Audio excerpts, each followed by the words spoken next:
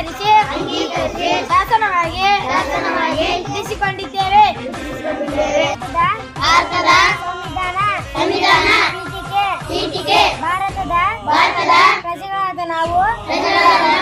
ಭಾರತವನ್ನು ಸಾರ್ವಭೌಮ ಸಮಾಜವಾದಿ ಜಾತ್ಯತೀತ ಪ್ರಜಾಸತ್ತಾತ್ಮಕ ಗಣರಾಜ್ಯವಾಗಿ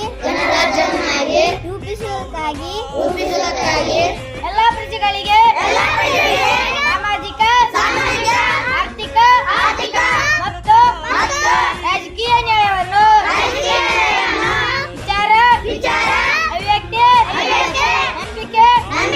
ಧರ್ಮ ಮತ್ತು ಉಪಾಸನೆ ಸ್ವಾತಂತ್ರ್ಯವನ್ನು ವ್ಯಕ್ತಿ ಗೌರವ ದೇಶದ ಏಕತೆ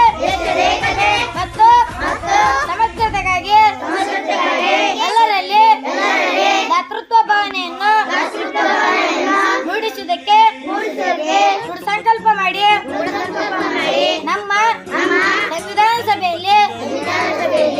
1949ನೇ ಇಸವಿಯ ನವೆಂಬರ್ ತಿಂಗಳ 26ರಂದು ಈ ಸಂವಿಧಾನವನ್ನು ನಮಗೆ ನಾವೇ ಅರ್ಪಿಸಿಕೊಂಡು ಅಂಗೀಕರಿಸಿ ಶಾಸನವಾಗಿ ಇರಿಸಿಕೊಂಡಿದ್ದೇವೆ. ಭಾರತದ ಸಂವಿಧಾನ ಪೀಠಿಕೆ ಭಾರತದ ಪ್ರಜೆಗಳಾದ ನಾವು ಭಾರತವನ್ನು ಸಾರ್ವಭೌಮ ಸಮಾಜವಾದಿ ಜಾತ್ಯತೀತ ಪ್ರಜಾಸತ್ತಾತ್ಮಕ ಗಣರಾಜ್ಯವನ್ನಾಗಿ ರೂಪಿಸುವುದಕ್ಕಾಗಿ ಎಲ್ಲರಲ್ಲಿ ದಾತೃತ್ವ ಭಾವನೆಯನ್ನು ಮೂಡಿಸುವುದಕ್ಕೆ ದೃಢ ಸಂಕಲ್ಪ ಮಾಡಿ ನಮ್ಮ ಸಂವಿಧಾನ ಸಭೆಯಲ್ಲಿ 1949ನೇ ಇಸವಿಯ